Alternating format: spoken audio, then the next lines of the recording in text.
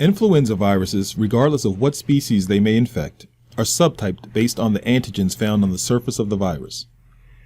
There are two different types of surface antigens. One is the hemagglutinin antigen, commonly referred to as H, and the second is the neuraminidase antigen, commonly referred to as N. There are 18 H antigens and 11 N antigens, and many different combinations of these antigens are possible.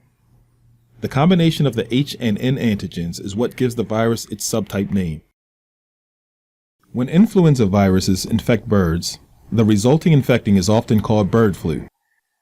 Avian influenza, or AI, can infect both wild and domestic birds. While not common, sometimes influenza viruses that infect birds can also infect people. Three prominent subtypes of avian influenza A viruses known to infect both birds and people are the subtypes H5, H7, and H9.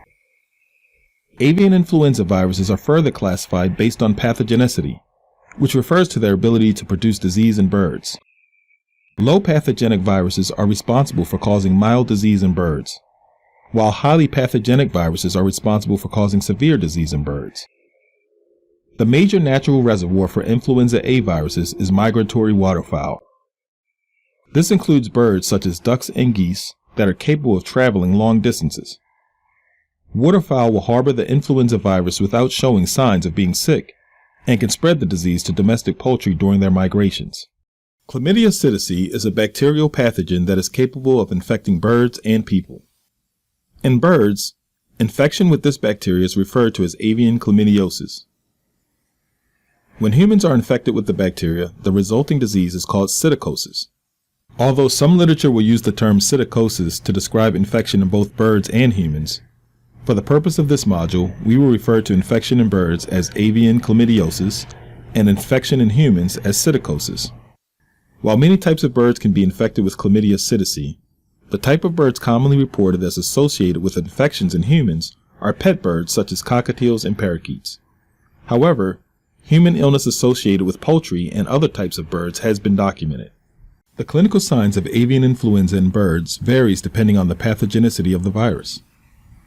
For low pathogenic viruses, birds may be asymptomatic, meaning they do not show any clinical signs, or they may show signs of mild disease, such as ruffled feathers or decreased egg production. When birds are infected with a highly pathogenic avian influenza, their clinical signs are more severe. Birds may experience depression, diarrhea, coughing, or nasal discharge. It is also possible that there may be swelling and hemorrhage of the wattles or comb, which is when there is an accumulation of fluid and blood under the skin. It is important to note that both low and highly pathogenic avian influenza viruses spread very rapidly through flocks. With highly pathogenic avian influenza, sometimes the only clinical signs observed are severe illness and death within a short period of time.